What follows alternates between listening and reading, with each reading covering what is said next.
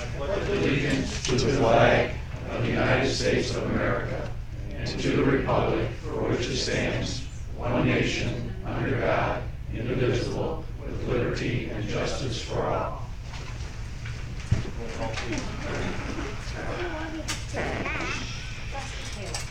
Present. Trustee Johnston. Here. Trustee Johnston is absent this evening. Trustee Gaffney. Here. Trustee Waiter. Here. Trustee Melvin. Here. President Einhorn. Yes. That takes us to the citizen speak portion of our agenda, and the first item under that is the National Weather Service. We're going to present the Village of Crete with our storm ready certification. Marty, are you the one that wants to start? Yeah, I'll introduce Jamie Enderlin. She's a meteorologist with the National Weather Service in Romeoville. So Jamie is the one that helped get us storm ready on that, and we approved everything. So I'm gonna turn over to Jamie for a minute. She's gonna give her a little speech here. Not drop the line. Well, thank you for having us, and thank you to Marty and to Bill for all the hard work you've done. Little background on the Storm Ready program. It's just a program to help communities, universities, counties, and other organizations prepare for storms before they hit. There's a process that's involved. Marty had to fill out an application. They had to come up with a Storm Ready plan. They have to practice the plan, have trained storm spotters, a plan for when to activate those spotters. You also have to have numerous ways to get weather information into the Village of Crete and then back out to the citizens, so when weather happens, everyone knows what to do. So after getting all this stuff in order, which is a lot of work, Marty here had myself, a member from the Illinois Emergency Management Agency, and then Harold took the place of the Illinois Emergency Services Management Association. So all three of us walked through the building just next door, looked over your plan, saw everything, and you did an excellent job. We're here to certify you as storm ready. So you have a lovely letter. Thank you. And you have to sign to hang up That's very good. with everyone back here.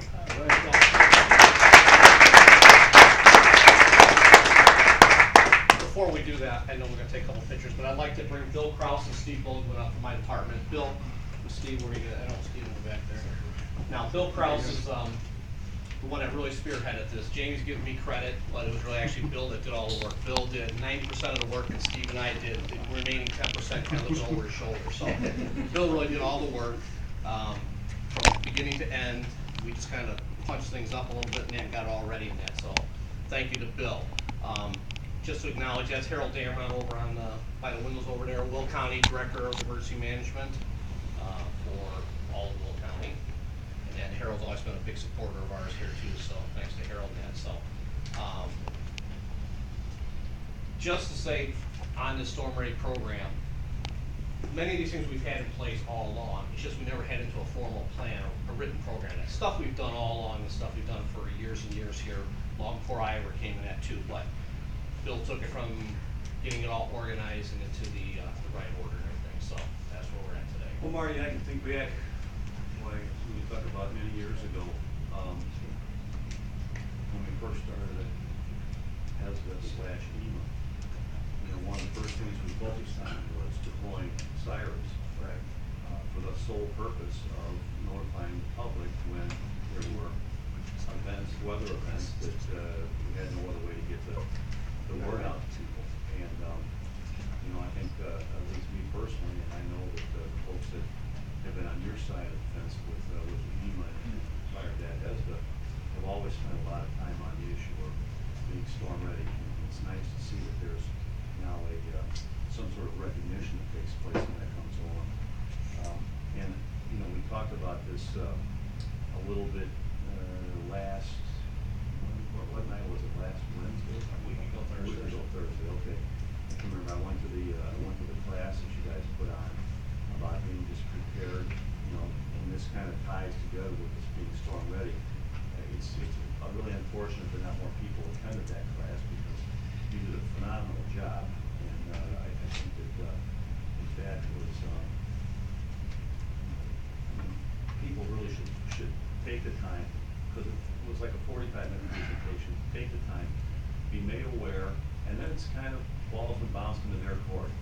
And it makes a good point, and that is municipality the size of Crete, or even somebody larger, you know, we're gonna have limited resources to deal with any kind of natural disaster.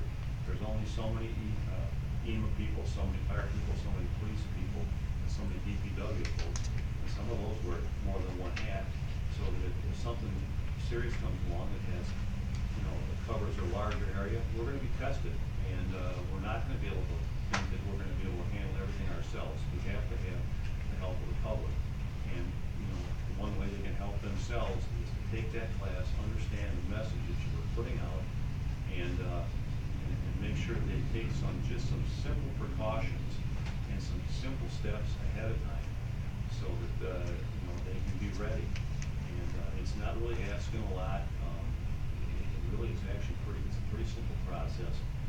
Just having that list. I mean, I have my mental list that I carry with me all the time, and when I see a storm of ruin, I'm gathering a few things and putting them in a spot where I know that I can get them at a moment's notice. And you know, I'm personally prepared. You know, so I want to congratulate you on the work that you're doing. And if people can't see the value of having a HEMA, I think you are being very myopic. HEMA does perform a great service for the village of Crete. It's just one of those services. So thanks a lot for getting the storm ready, and I hope the public really takes this to heart. Anybody else? I forgot to mention, for perspective, in the area my office covers, which would be most of northern Illinois and then 5 counties in northwest Indiana, you guys are only the 40th county or 40th community to become storm ready in the state. There's 66, and in the country it's 851. So it really speaks at how few communities are actually storm ready. So you guys are up there. And, you know, Marty spends a little bit. He's very good with managing his money. He spends a little bit of money every year, making sure everything is up to date.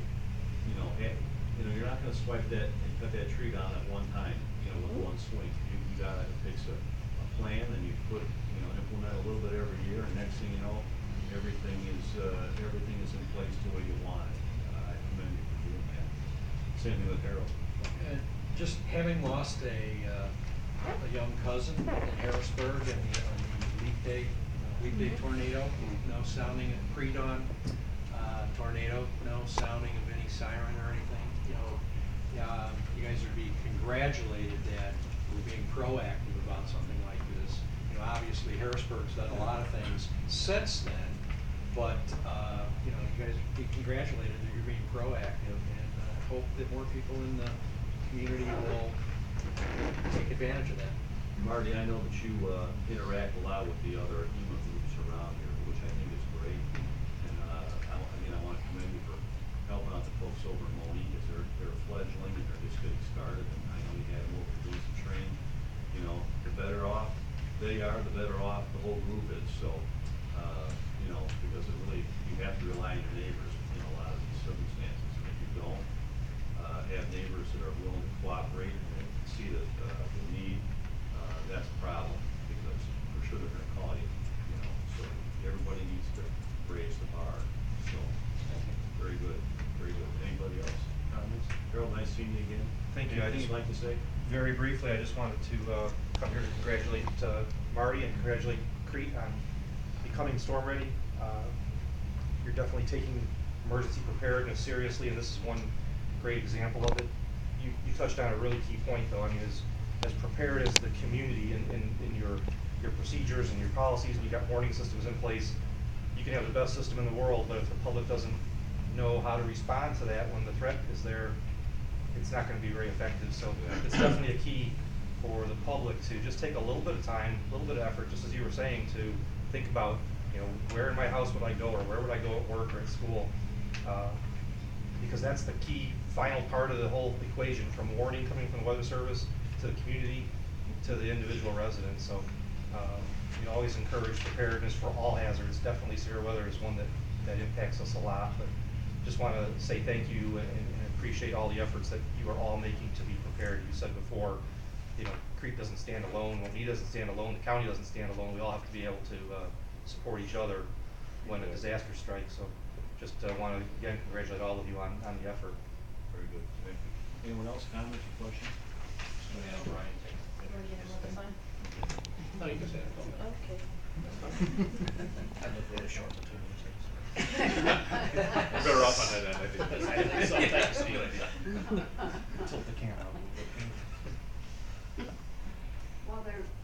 picture, I just wanna comment on the program that Bill and Ema did two weeks ago. Yeah, it's Thursday, yeah. That was such an eye-opener. Whenever the wind blows strong, I think for a second, okay, if something happens, I have to grab this picture, I have to grab this wallet, I need to get up but what you brought to light in that short 45 minutes were things that I never, ever thought about, and they are way more important than the things I thought I needed to grab. It was really, really something to think about, and I don't know if you brought any of your materials with you tonight, but I would encourage anyone that did not go to that program to seek out the information. It's way more than grabbing the car keys and grabbing the kids and putting an extra pair of pajamas in a bag. And one thing that really I didn't think about when we had the winter weather this year, and we were without electric, and I was out of gas. Not totally, but the gas station on the corner was closed because they didn't have electric, and so was Speedway. And I went up the road, and I had to go to 4 gas stations before I found anybody that was open and able to pump gas. And that can happen in a heartbeat. So it's way more, it's not complicated, it doesn't have to be hard, but it does have to be something that you think about and give it some thought. Thank you. Paying attention is a big part of this, just plain old paying attention. And I will tell you, and I was there too, it was a great thing, and I brought that information back to my wife, and I think we probably have enough water now, probably like the rest of the town. So if everybody needs water, we have enough. No. But don't forget to rotate it. That's exactly right. Yeah, I can rotate the water. Exactly. Well, good, thank you very much for doing the work that you're doing. Jamie, thanks a lot for coming out. Harold, thanks a lot for coming out, appreciate it. And drive carefully. Thanks. Okay. The next person that I'm gonna grab for under the citizen speak portion is Sparky in the front row. She's actually, I promised her I'd take care of her right away. And her name is Mary Ann Sparks from 719 Jefferson Street. And she's asking for a road closure on First Street between Peoria and Washington on September the 21st from noon until 10 o'clock. And this is her block party. Correct. Okay. We have these kind of requests from time to time. I think we had a couple last meeting, if I'm not mistaken. So what's the thoughts of the board on these? I'll make a motion to grant the block party for Peoria and First Street, Peoria and Washington.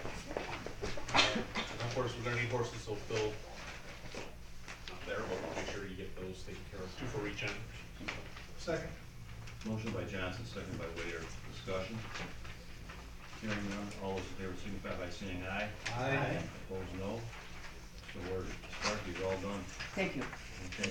Anyone else with citizen speak portion stuff? Ted? Hi, my name's Ed Polipka. I own Main Street Pizza Bar and Grill. And this coming weekend is Super Night over at Colorado Racetrack, and many of those people, they come to visit me from time to time, of course. And the races are gonna run a lot later because of Super Night. There's a lot of delays between the races, plus there's 15 full races, so. I'd like to have my hours extended by 1 hour and close at 3 instead of 2 o'clock this coming Saturday the 13th. Typically, when we've done this in the past, we've made that kind of blanket for all the Class A establishments in town, so if Vince wanted to stay, or Chuck's or anybody else, they would be able to do it too. So if you're inclined to do that, let's have a motion, but I think you should extend it to all the I would agree, we've done this every year for the last how many years, I don't think we've had any problems with that. Make that motion to grant an extension of 1 hour to 3 AM on the Class A liquor license on 9/13/14. Second. Motion by Waiter, second by Taylor. Everybody understand the motion? Any discussion? Hearing none, all those in favor signify by saying aye. Aye. Opposed, no. So ordered. You're all good. Thank you very much. Appreciate it. Stop by. Okay. Free food. Karen, do you have something for us? Yeah, last last week we had our first Crete Country Christmas meeting. And it was great to once again, the mayor was there, Kip from Public Works, Bob Hill from the police, so again, thanks to the village for their support.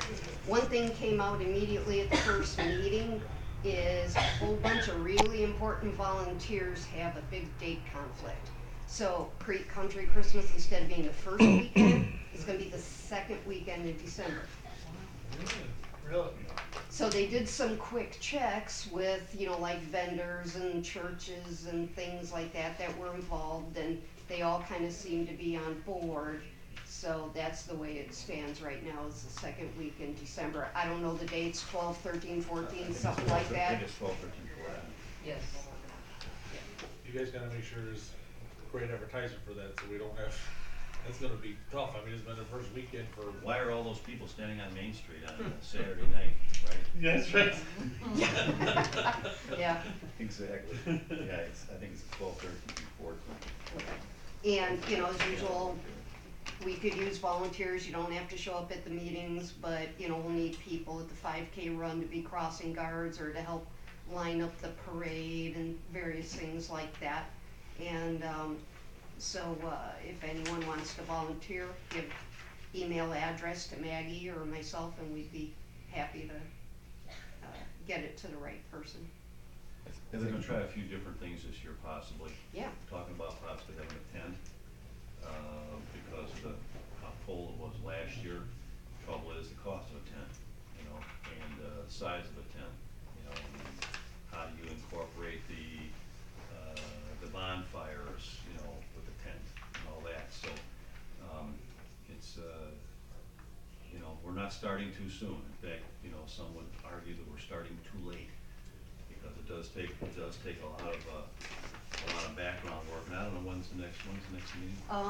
What day was it, Tuesday? So I think it's next Tuesday, So it's every not two- tomorrow, I think it's every 2 weeks. the following Tuesday. So, Besides that, Mike, Sam's Club has had Christmas stuff out for about 6 weeks now. I haven't been over there. Is that date actually for sure now, Karen, or are they gonna make sure? at the Yeah, next he meeting? put out an email saying, I know. for sure, it's gonna be the second week. Okay. Yeah, I know there was a problem with the Park District because they had the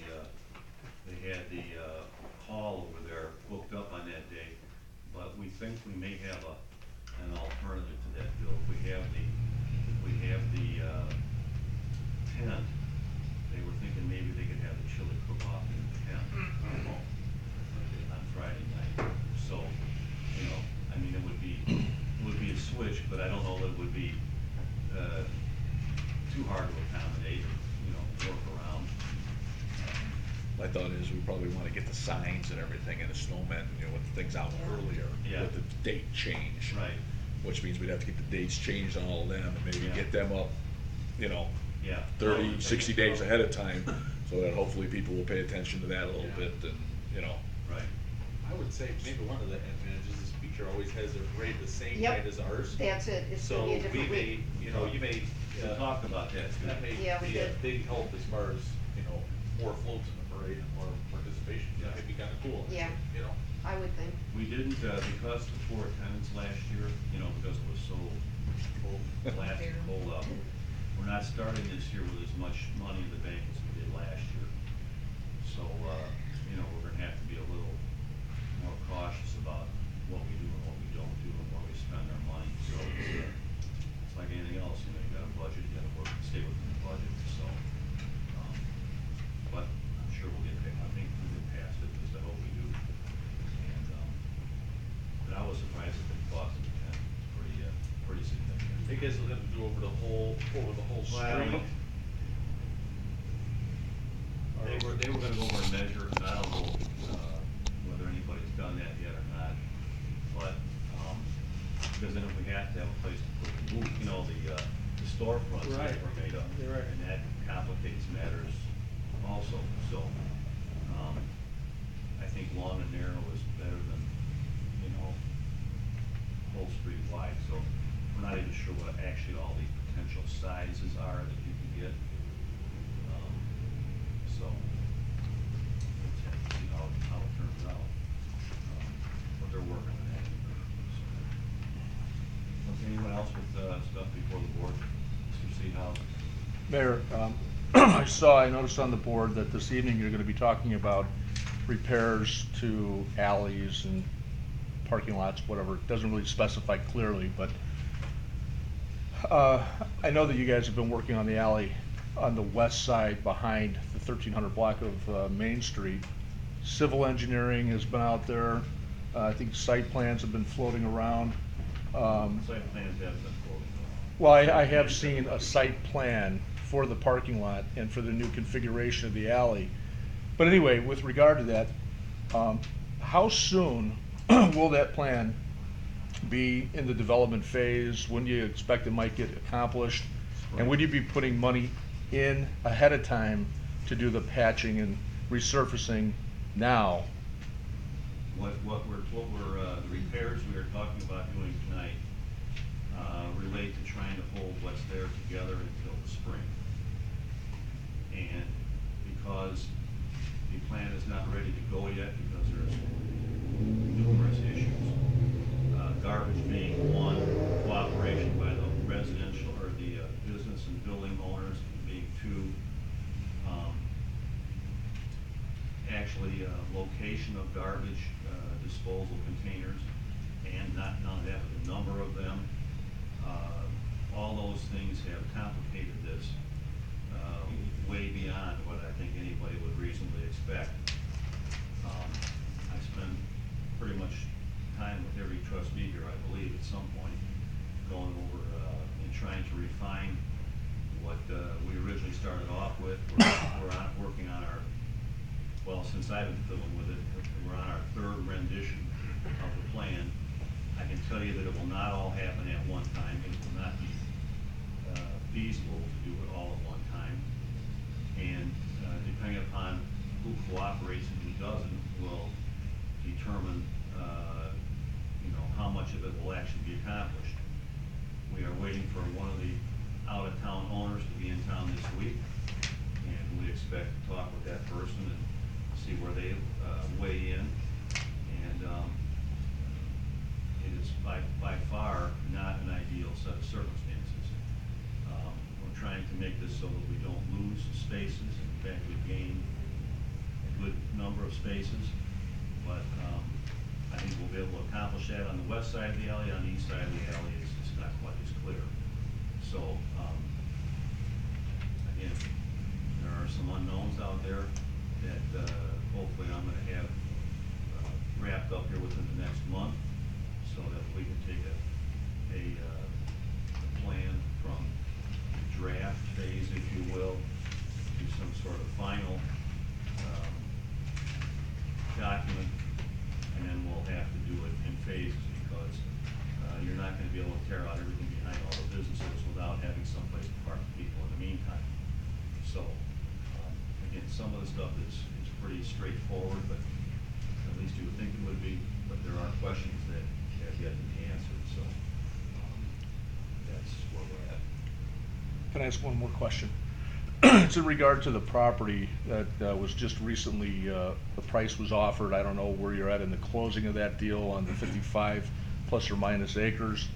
But I just happen to be looking at the tax assessments on the property, just trying to crunch the numbers and look at things from a different perspective.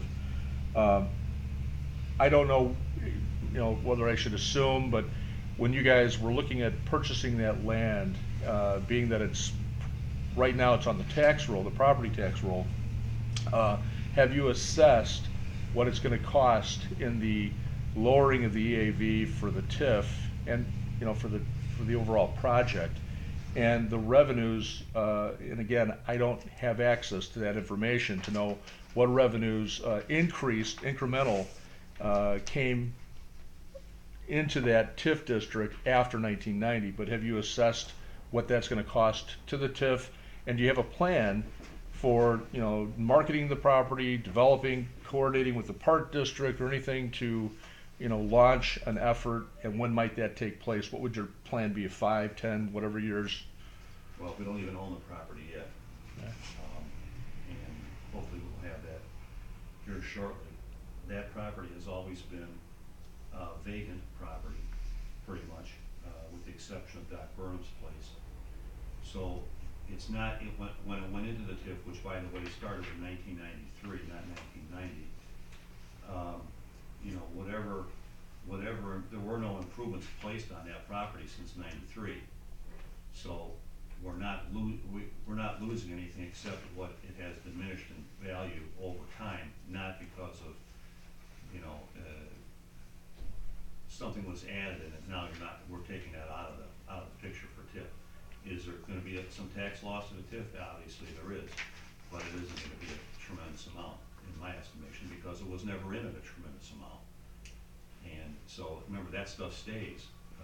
It was in at what it was valued at back in 1993. Well, that's a question. When it was acquired in, you know, the 2004 range, 2002, 2004, it was acquired for a considerable amount of money. Did it ever get reassessed? And would that reassessment have taken into consideration the acquisition price? Does that determine, you know, the increasing of the equalized assessed value, which in that case would have raised TIF funds?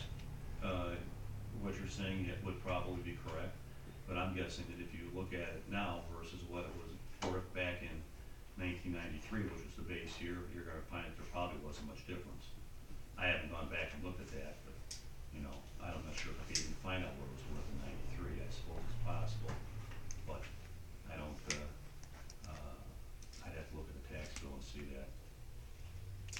If I may comment just to you a minute, Don. I, just like you, would be disappointed if nothing happened to that property in 5 to 7 years. But we do need to look at it. The deal was the property was a bargain.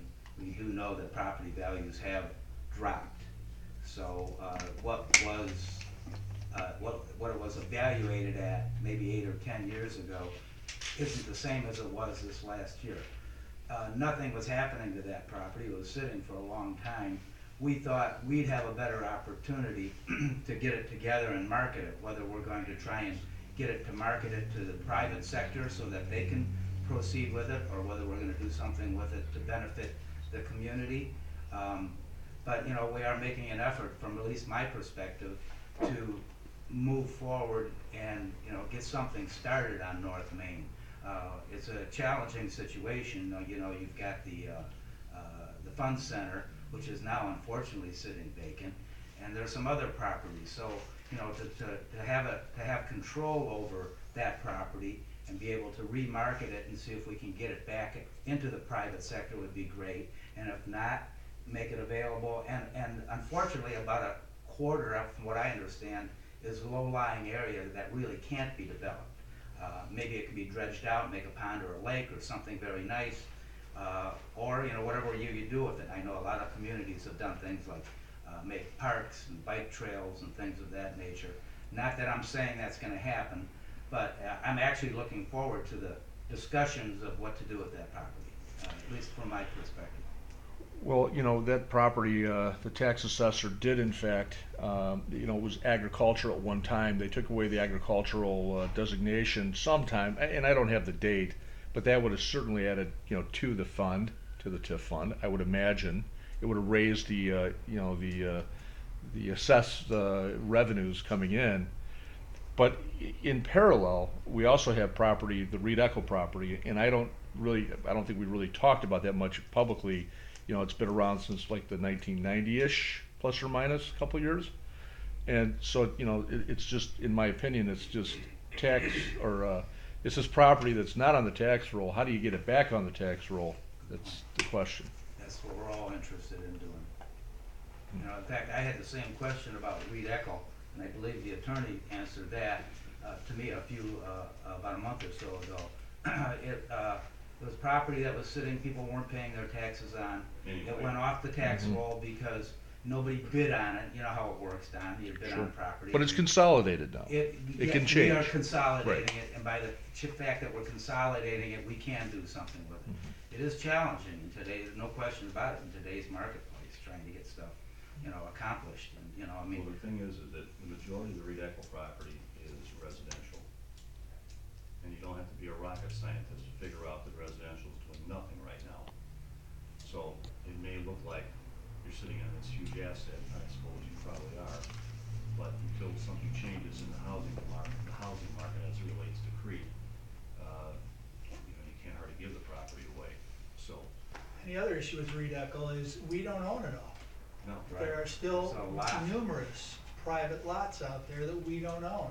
And unless you're ready to go eminent domain and foreclose on those people and take over all the property, you'd probably be hard pressed right now to assemble enough of a chunk of land that we own together right now to do basically anything. We own a lot of it, but there's always one little lot somewhere that's gonna throw a wrench in the plan, and, you know, unless you're ready to go declare it something we need and go out eminent domain, But you don't have a plan, so it's really not time to do that, too.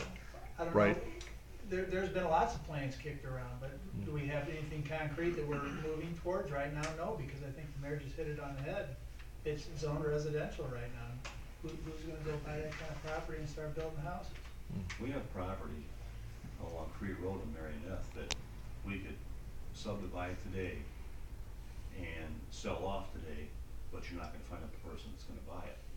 The original plan for that property was for the village to, which we did one time, we sold 26 lots, 27 lots, something like that. We had an auction, and that's how all those houses on Montgomery showed up out there, and some of the ones along Crete, or along Marionette, And Gloucester, and we put the curb and gutter in with the and the sewer, and with the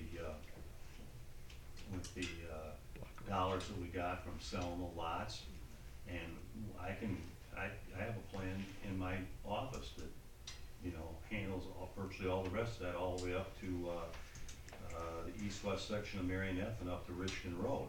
But who are you gonna sell them to? You know, if everybody shows up and buys a lot for 25 or 30 grand, I'll be glad to put the streets in, but think you're gonna trot in 100 people to buy 100 lots at 25 grand? Who's doing that?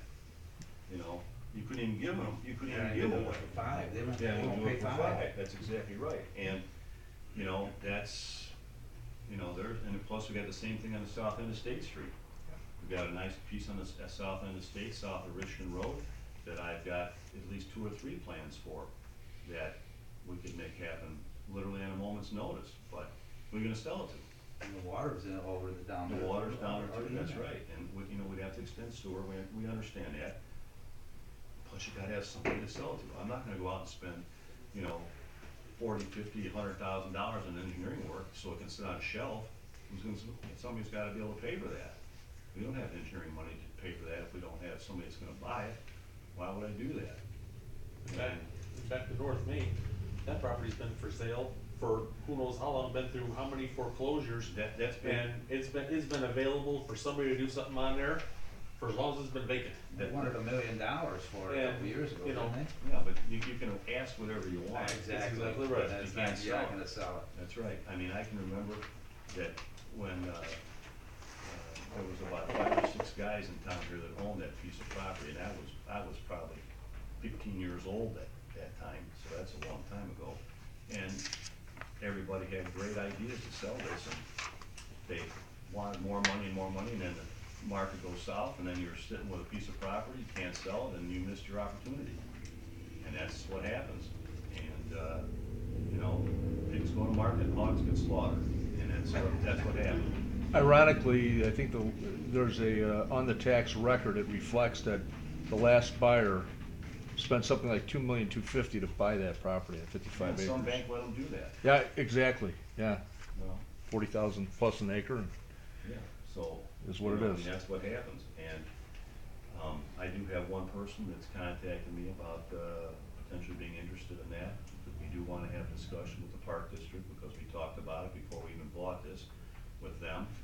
But until the papers are signed and we're ready to go, you know, quite frankly, it's not high on the priority list. We need to get it under wraps and delivered to us, and then we'll worry about what we're gonna do.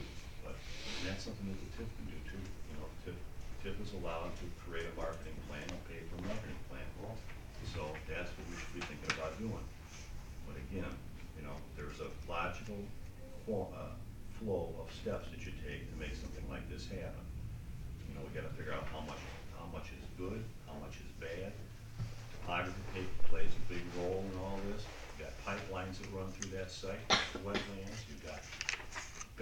soil in the back, where they had that kinda like a peat bog in the back that actually was burning one time many years ago.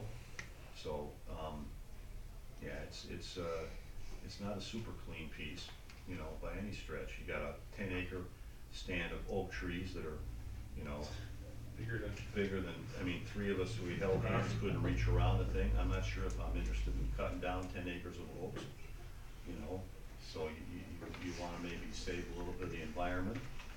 You know, you kinda like to give not Goose Creek, but, Forest Glen, an alternate route to get out of that subdivision, so we don't have problems like we did before on Douglas Lane. But you don't wanna make it a thoroughfare. So there's considerations there. And, we did run the sewer through there. That went over to Williamsburg, which, you know, I think that we were well advised to do that, because now that area all has sewer, water mains already there. All the ingredients are there. What you gotta find is the willing buyer that is gonna actually do something. We're not interested in selling it off next month for $50,000 extra and then have the person not do anything. And I think goes belly And up then and we're in the same boat we are now. the same boat we are now. You know, I think it happened because every card in that hand had been played out to the point where there were no cards left to play. And that's kind of what happened here, you know, it finally ran its course. And if I understand correctly, including, they wouldn't subdivide it. Oh, yeah, that was another issue. Yeah, and that's people who own property, larger tracts, sometimes are very reluctant to subdivide off pieces. And, it's just sometimes it amazes me of that mentality, but I understand there's another way to look at it, and that is, you know, I don't wanna get stuck with a bastard piece at the end of the day. I get that.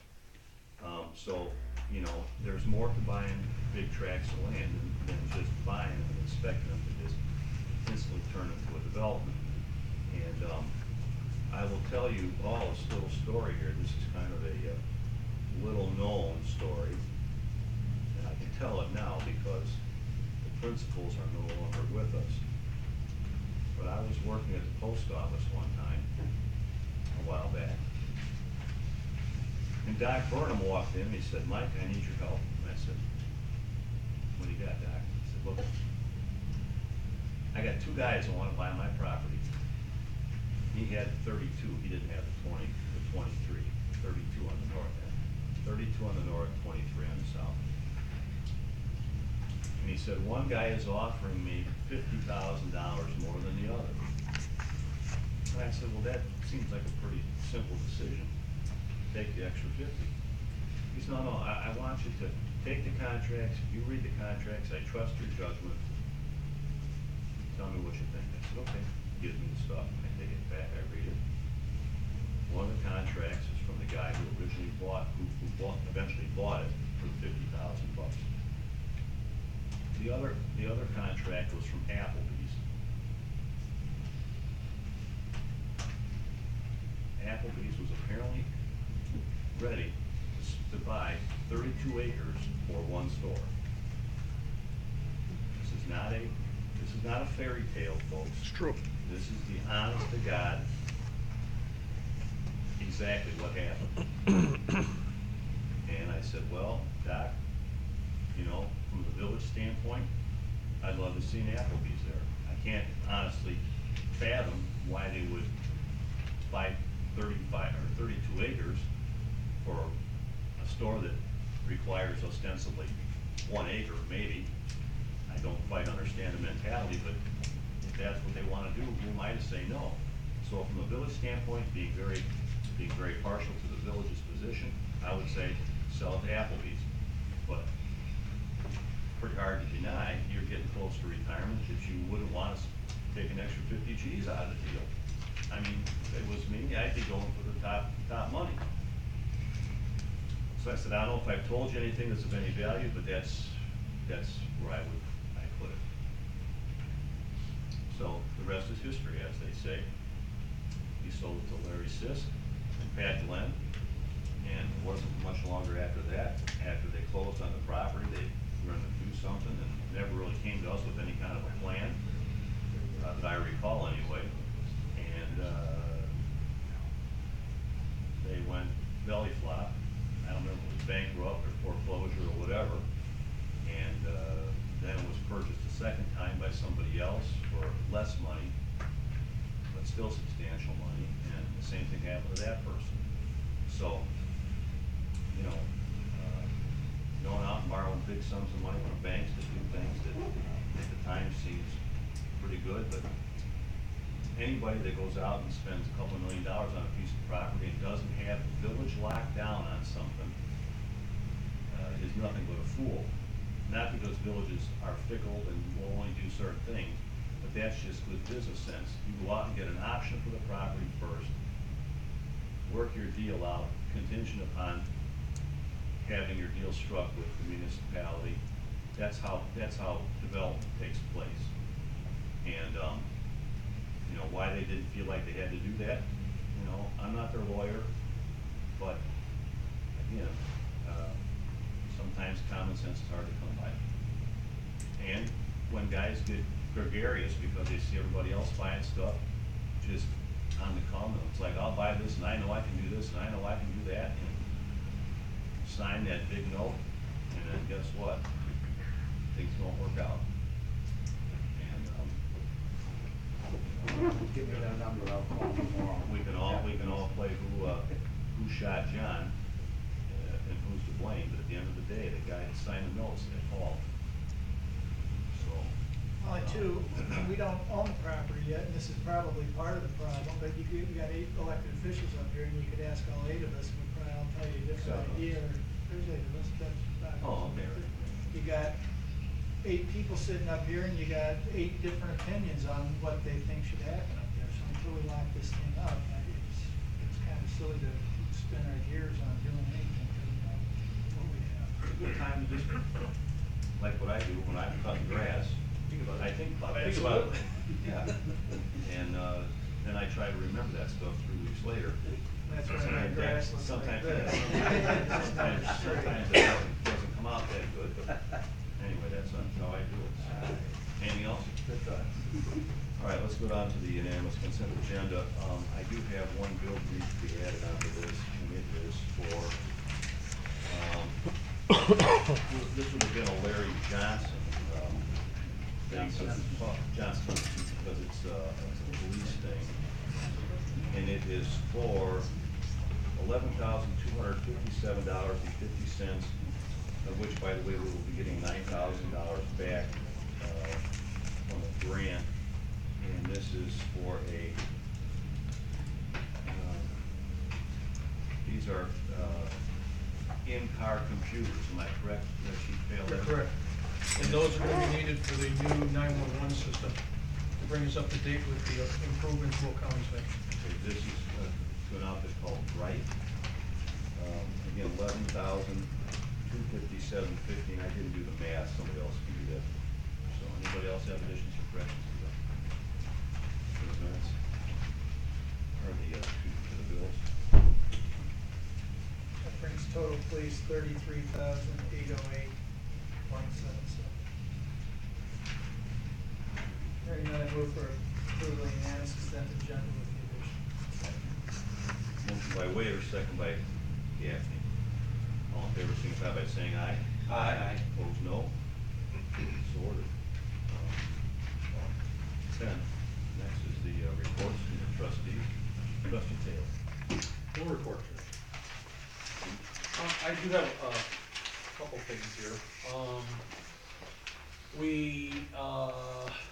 don't know where to start here. I guess, water towers have been cleaned from the inside. We did that last week. I've got a nice DVD of it here. Phil, I'm gonna just, you can add to it, cause you saw it, I haven't seen the DVD yet, but. You haven't looked at it? Not yet, I just picked it up tonight, but, I know the towers were full, we did them a year ago. And, maybe you just wanna fill in on that too, I mean, how many feet were in that one, I mean. It was, it's been about 1 year and 10 days since we cleaned them last time. Yeah.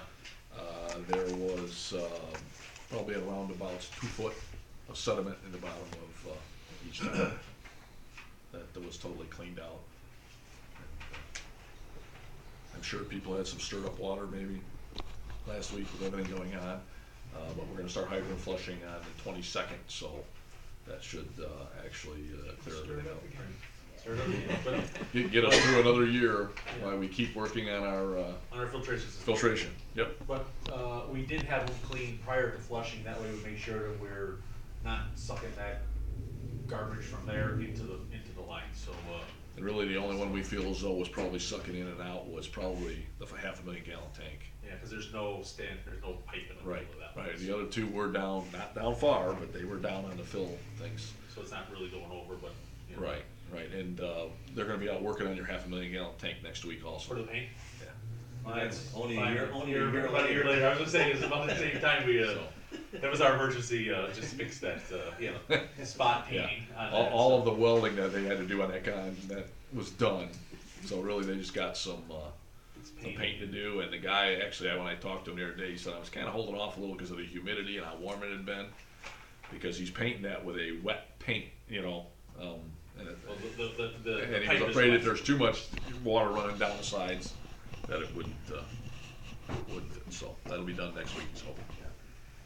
The other thing was, last Tuesday night, Mike got a call and says, hey, you know, we got a couple of water main breaks over on, Division and, East. It was like, a couple, so I go over there and we saw everybody in pretty much full action over there. We had, one, which was a fairly easy one, that they fixed, then got to the one on Division Street, and, that was a little more challenging, and after they fixed the first one, we turned the water back on and found there was another leak about 6-7 feet farther down, and, so those guys worked till like 1 o'clock in the morning. I think you guys got back, and so it was a good education, for me, and just to kind of watch everybody kind of working, so.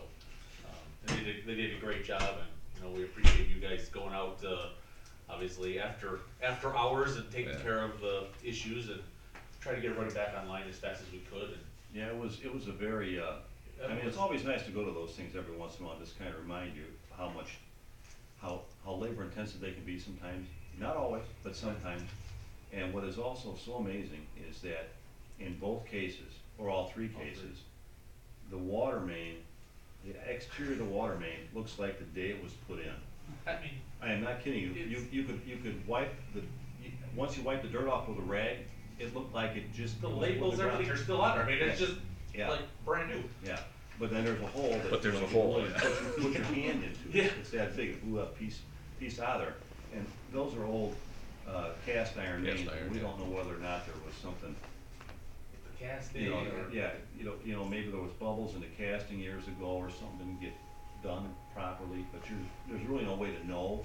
But it's not, in that case over there, it's not going from the outside in, it's from the inside out, so you really can't, it's pretty tough to figure. And, yeah, it was, just very unusual, no doubt about it. You gonna say anything about well 3? Yeah, we're on that next. We're also still waiting for, all the testing is done for the, filtration. We're just waiting for our final information and a report on that, so we are still in our process of working forward to that. And then well 3, which is the, park well, had a little issue out there, it wasn't pumping, the amount of water that we had talked about, and then when we actually had the guys coming out, we were looking for, to put filters on the whole system. They said, you know, maybe it's not really worth keeping that well, and it's not pumping like it's supposed to, so we took the initiative to do a little investigation, pulled the pump out, and, really, it looked like a piece of Swiss cheese. We got pictures here, it's just deteriorated, so, we got a plan from them, for repairing that well. We had a meeting on last Thursday, I think we all got together, kind of went over what we thought was the right thing to do, and we are going to put that well back together. We're gonna put a bronze pump in there, so we won't have an issue that we're having now. The what's that, case of the pipe, the Column column pipe, we're gonna have a SCH 40 put in, that's also epoxy coated, so we should get a longer life out of that. So this is under our emergency fund for this, it's gonna be a cost of $42,457. With that being said, like I said, when we were talking about putting filtrations on 3 wells, my suggestion is that we now looking to put a filtration on this one also, since we're gonna keep it, it'll be a smaller system, but, the well is a good well, it produces fine, and now since we're putting this kind of money into it, there's really no sense of, you know. That well puts out close to 500 500 gallons gallons a minute. And a lot of towns would love to have a 500 gallon well. So, I mean, it's a smaller producing well for us, but it's still a great producing well, so, just let everybody know that's what we're doing. So, other than that, I think that's it. Yes, as promised, we've been working on the tree replacement program, and You want to do that under old business? maybe I should. You want me to do it under old business? Or you want me to do it now? Yeah, no, let's do that under old business. Okay, sounds If you good. don't mind. I'll pass on. All right, anything else? No. Okay, Mark? I guess I would be remiss if I didn't also compliment Marty and Steve and Bill for that disaster preparedness seminar. I learned a lot of stuff there. As Mike said, it's just kind of unfortunate more people didn't attend, but I think the people that did came away with a better appreciation of what to do if something happens, and I would encourage anybody to do that in the future if it's made available again. It amazes me the background of the people we have here in the village that donate their time and efforts.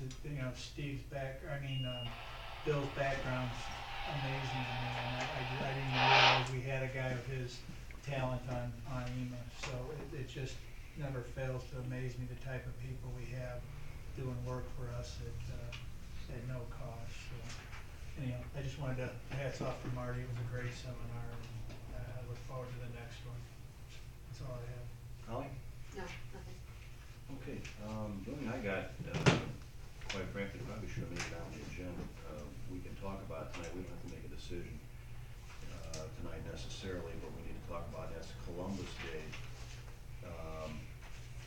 The meeting on Columbus Day is on October the 13th,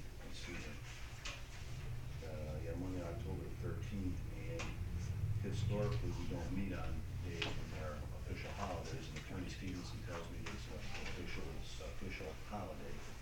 So, what do we wanna do, for this?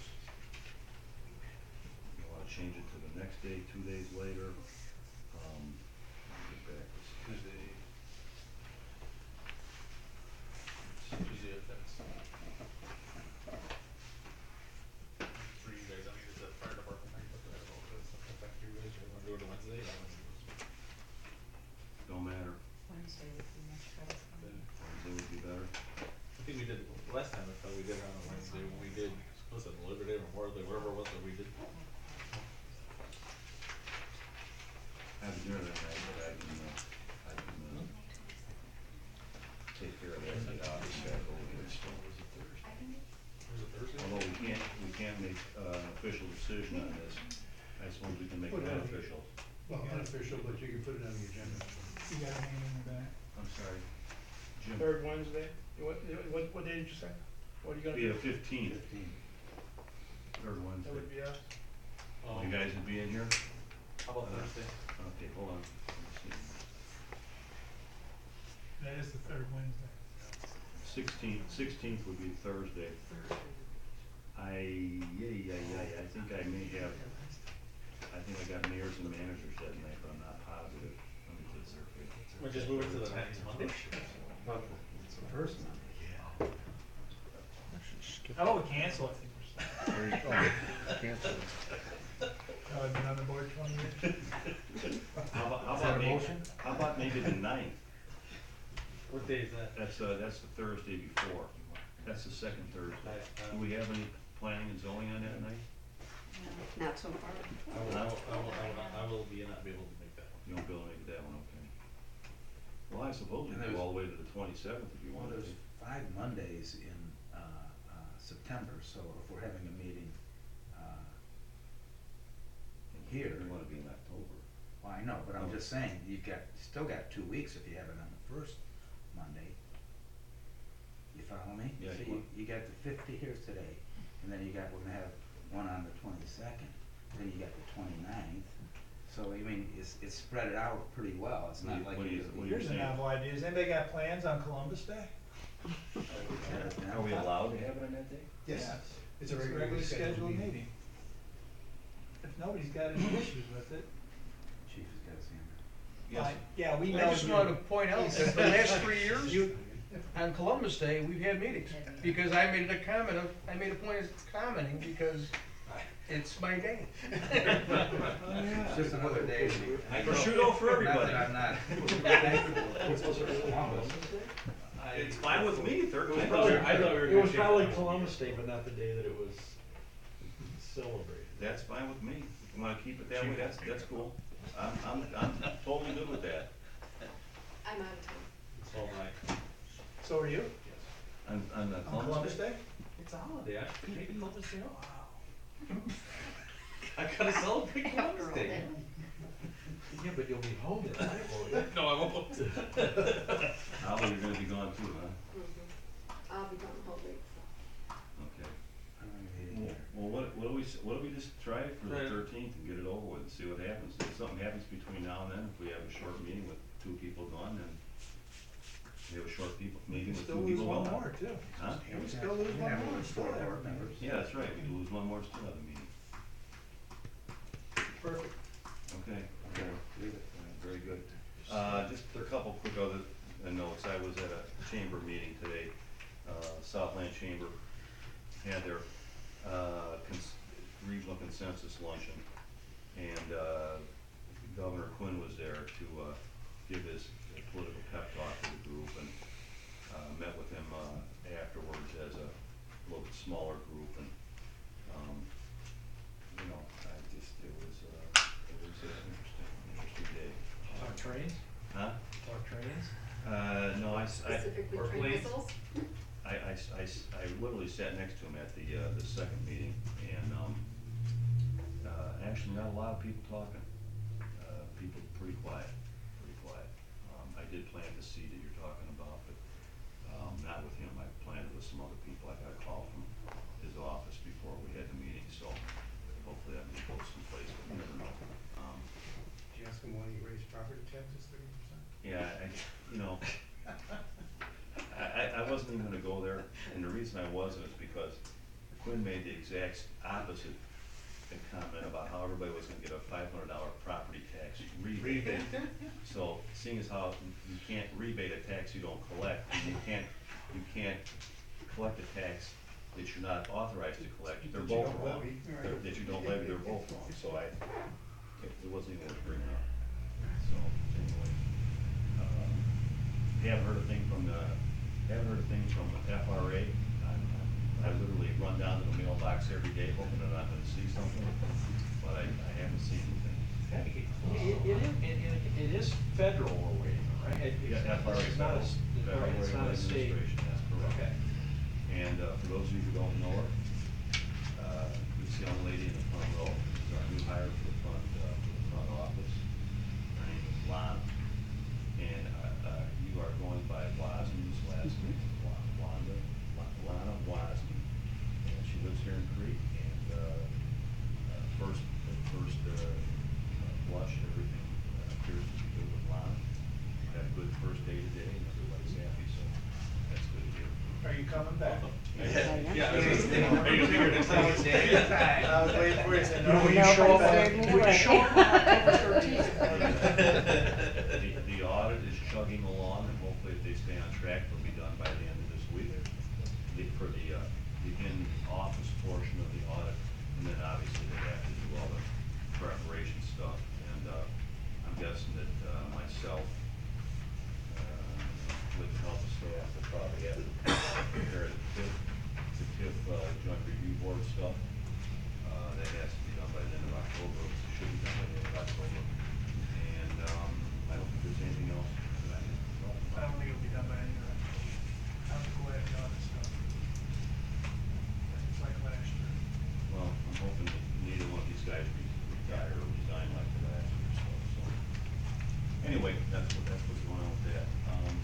Maggie, anything tonight that we need to talk about? No. Bill? Mayor, just one thing tonight. I happen to have in my hand our salt request. Oh, great. I was gonna bring that up to the governor, see how he would react. See there? So I beat you to it. I didn't wanna open up any stores. $48.93 a ton. How much? $48.93 a ton, Wow. and we can get up to 1,150 tons, so. You did good. You did good. We'll see what everybody else is paying, but I think we did really well. I think we did really well. They'll catch up to us next year, but we'll be all right this Buying year. lottery tickets, so that was a good decision. I think we did real well. Yeah. Marty? Just a couple things. Just want to say thanks to the village officials that came out last week and a half ago now for our preparedness class. Trustees Milburn, Wader, and Johnson, Mayor Einhorn, we really appreciate your supporting us there for that class. And Throw me a bone on this. What was I doing? I was mowing. Oh, that's right. Yeah, that's right. You were mowing. And interim Administrator Mike Smith was there too from the village, so I appreciate all that. We are having our CERT class, Community Emergency Response Training, October 25th and November 1st, so 2 consecutive Saturdays, so we'll have more information coming out about that soon. Last week, Paul Vandre and I attended the Illinois Emergency Management Conference down in Springfield. A lot of information. I didn't have a chance to get a report made up yet. I'll have that for the board soon. And then the last thing was Bill Kraus, the member that was here tonight that ran that training seminar, worked up the storm ready certification for the village, and that also down in Springfield received his PDS and IPM certifications. PDS is Professional Development Series in Emergency Management, and IPM is Illinois Professional Emergency Manager certification. So first one for the village of Crete to have those certifications. So Bill's really, stepped up and done a great job. So I just want to give him a little bit of credit for all his hard work in that. So Make sure you salute Bill when you see him. yeah, Because he's a lieutenant colonel. he's an active duty in the military, in the Army, and he works in downtown Chicago currently with Department of Homeland Security and FEMA and that. Very bright guy, very bright guy. So thank you. I'm glad to have him. Chief Bachert? Last board meeting, I reported that we had an ambulance down. I'm happy to report that we do have 2 ambulances back in service. Unfortunately, we still don't have Exchange Street open, but we're back to 2 ambulances. Chief Bachert? I don't have a report, but I'd like to congratulate Director Braccio on the proactive work that he's been doing for the village. Karen, anything real quick? All right. Let's go to the communications then.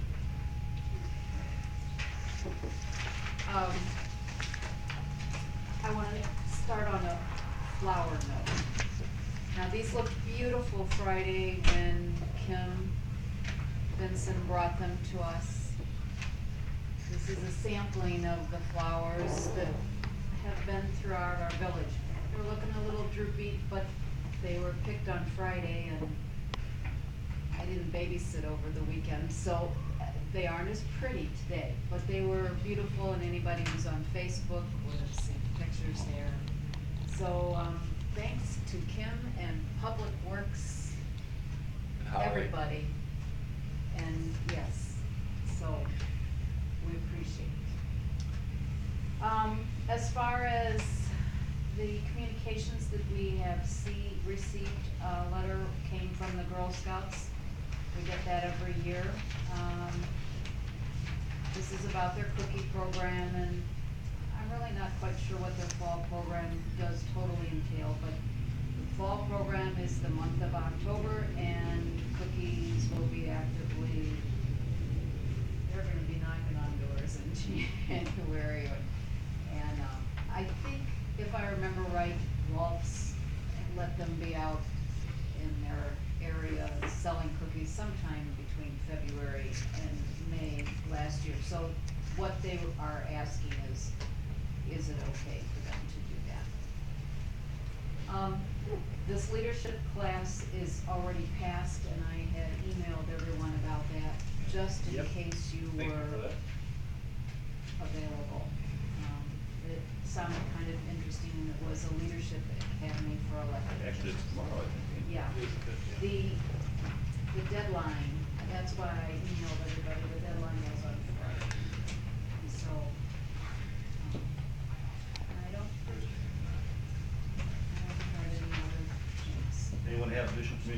come before the board? Okay, that takes us to old business then. The request for no parking anytime zones. Mike Smith did finally make contact out at Siliker to find out exactly what the issue was over there. And as he related to me, the real issue was their being able to get semis up to their dock the way they expected them to be. And as a result of that, they're not really requesting that we, post the entire subdivision, whatever you wanna call it, industrial area, with no parking signs. What they're asking for is, on the north side only, 100 feet to the east and to the west of their two entrances, so that there is, the street is clear. And, I think that we can do that without incurring a significant amount of cost. So, that is really the area that we want to be addressing. And I don't know, Jim, do we have to do this by voice vote? Or how do we? Well, your custom and practice has been to have it recorded in the minutes and motion. And that's fine. That's fine. Yeah, okay. Other towns codify it. Really? So that all of them are listed. Yeah, I don't know if there's any value in that, but okay.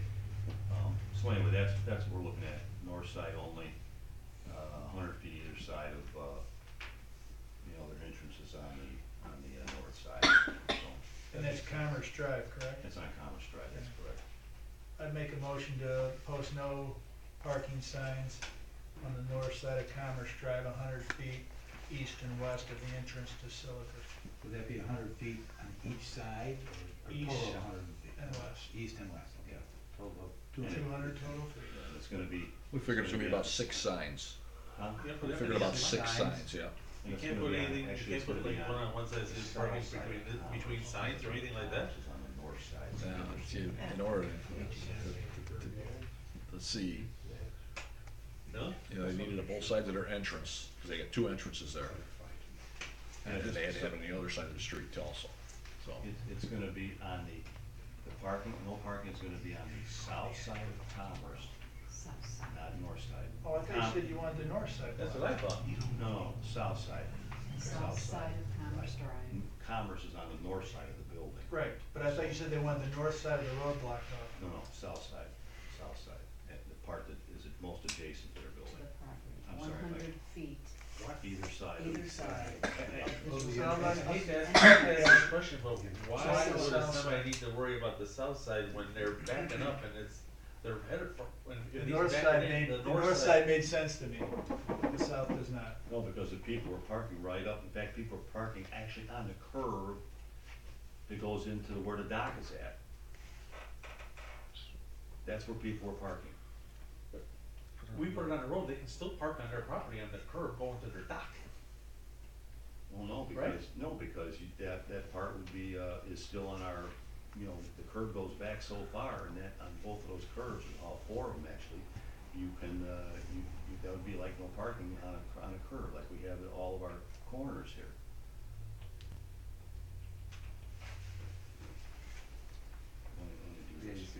Let me do this by illustration. Yeah, I understand what you're saying, I thought it was to get trucks in and out. Right. It is.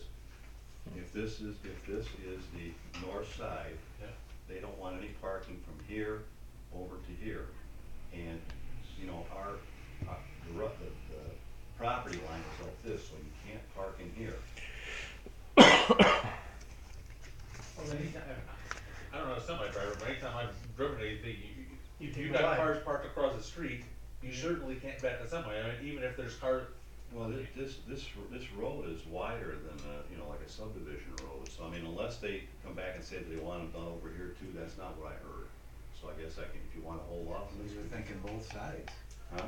Because what he's saying is both sides is probably what they want, or just the north side. Okay, and again, I don't have a problem with Let's it. clarify it before we start throwing signs up. Well, if you put the sign up on the south side, the cars are just gonna move to the The north north side. side. To create another problem. And that's what That's what I, I'm thinking. Okay, then let's do it on both and I sides. would actually think that'd be more of a problem than the south side. What I understood when I was out there with Mike Smith is they wanted both sides, Mike. Okay, then, Both sides. I don't remember him telling me that. Phil. I mean, I was there with the meeting and talked to the guy, Okay. and the guy also said that if we wanted the signs paid for, to let him know. Oh, well, that's good. That's good, then, too. Just put them back So, far enough so that you can cut between the back of the curb and the sign, so we don't have a pile of weeds. It's or not something. general standards, you know, Mike, you know, we're supposed to, there's only so, you know, but, Yeah. okay. The general standards don't cut our grass, last I heard. I will amend my motion to, to pose no parking signs on Commerce Drive 100 feet east and west of the entrance to Siliker. 100 feet at Both sides of the street. Both sides of the street. Entrance. Okay. Everybody understand the motion? Motion was by Waiter, second by Gaffney. All in favor signify by saying aye. Aye. Opposed, no. I just wondered, are we gonna ask them to pay for it, then, is that what we're doing? or- Sure, sounds like he's willing to do it. Yeah, they're only paying $56,000 a month in real estate tax. Really? He mentioned we were out there talking about it, he said, you know, we got money if we need to pay for these, and, you know, I'm glad you were there. yeah, me and Mike kinda, well, you know, but we didn't say yes, we didn't say no, we said we wanna be good neighbors, but, you know. Yeah. I mean, the whole reason that this is happening is because they can't tell their employees to park in the parking lot, which had many open spots. When I went by there, I don't know, it may have been today when I noticed it, way more people parking in their parking lot now than they used to have. So they must have got some kind of work out. And the day we were out there meeting, there was a car parked, like you said, on the curve of the one going into the dock. Yeah. I mean, and while we were standing there, two more pulled up and parked down the street and got and walked in the side door. Yeah. Because that's closer to the side door Yep. than the parking place. I mean, that's the whole thing. Depending on the placement of the sign, you may have to paint a curve yellow. Unless you can put the signs so that they know the right of way extends. If there's no parking this side of the street, period, I mean, Yeah. if they're parking on the driveway going in, Siliker should be able to handle that, you I would would think. think so, that is correct. Yeah, for sure. Okay, hopefully we've taken our vote here, and, let's move on to the next item, and that's you, Dean. Old business. Okay, what you have here is a packet that Assistant Administrator, acting Administrator Maggie put together. And what we did is we had 6 bids, this is on the tree replacement program, and we had 6 proposals. And so you got it paper clipped, and the 2 top proposals that the committee thought or recommended, but we certainly want the approval of the board. And I have a larger version for those of us who are somewhat reading impaired because of my age, which is getting closer to Social Security time. But anyway, bottom line is, if you'll take a look at it, you'll have 6 proposals lined up. Not all of them gave us all the information we wanted. So the first one, as you saw, was McNally. The second one was Priority Landscape. The third one, Spring Grove. The fourth one down, leading top to bottom, Creek Garden Center. The last 2 are Acres, and the last one, Cherry Creek. Attached to it, we gave you actually copies of the last 2 proposals, which were the least expensive, were the best quotes, lowest quotes. So those 2 were Acres Group, Plainfield, Cherry Creek Nursery here in Crete. Of those 2, the lowest bid was Cherry Creek with $7,006. Acres in Plainfield bid $7,560. So it's a $554 difference between the 2. Effectively, the only difference in those 2, the Cherry Creek Nursery has 4 different varieties, where Plainfield had 5 different varieties. And you'll see that both of them are very professionally done, their proposals. And what we decided to do as a committee, the committee then recommended of those 2 for 2 reasons, or for several reasons. One, that they're more local, and secondly, they're the lowest bidder, which was, and of course, we're going to ask the board what you think. The Cherry Creek Nursery here in Crete of $7,006. It's under what we actually thought we might be getting, actually the money that we could have spent, but, so we're under budget. Anybody got any questions? And if you look at their proposals, if you look at Cherry Creek's, you'll see he broke it down by tree. We gave him the leeway of giving us the proposal, you know, how they thought fit, and then also a couple recommendations on trees, because they're the professionals and what they thought. So Cherry Creek, we did not include their red oak because it was considerably more expensive than the others. It was $408, so we decided to omit that one. So the recommendation of the committee was to pick Cherry Creek Nursery at $7,006. I see a question mark under planting there. They originally didn't specify if they were gonna be doing the planting on this, so we had to ask them, cause We they said asked them. delivery of trees. And what'd they say? They said Planting they was assumed. included it. I think Was we supposed to probably, be assumed. we probably learned a little bit in exactly how to, what phraseology makes sense for these folks. No So question. next year, we'll probably, when we do this, if we do it next year, and I hope we do, you know, we'll be a little more polished in exactly how we put it together. So, Plus, we learned a lot too. I didn't know what watering bags were, and all of a sudden I'm driving through Richmond Park and boom, there's a watering bag, you know, so, okay, we see that. And then I'm running around at Home Depot and I said, do you have watering bags? So, you know, we're seeing what the bags do, and what it is the bag has very small holes and it fills up with water, what, 3-4 gallons maybe? And it drips over a long period of time, 6-8 hours. They're 20-gallon bags. Is it that big? I think so. 20 gallons. It actually releases water over a longer period of time than that. It's actually several days, and it's really advantageous during drought periods and so forth, right? now, you leave that bag on there for however long. However long you wish to leave the bag on Until the it tree. deteriorates and Right. what falls apart or whatever. Right. Pretty much. You know, they're not that expensive. I think No, I they think included they in the quoted price. $20 or something like $20. that, Sure. yeah. And the. So we wanna get them in the ground. Pardon? Go ahead, Steve. I was gonna say, can you talk a little bit about the diameter of the trees, if the trustees are interested in?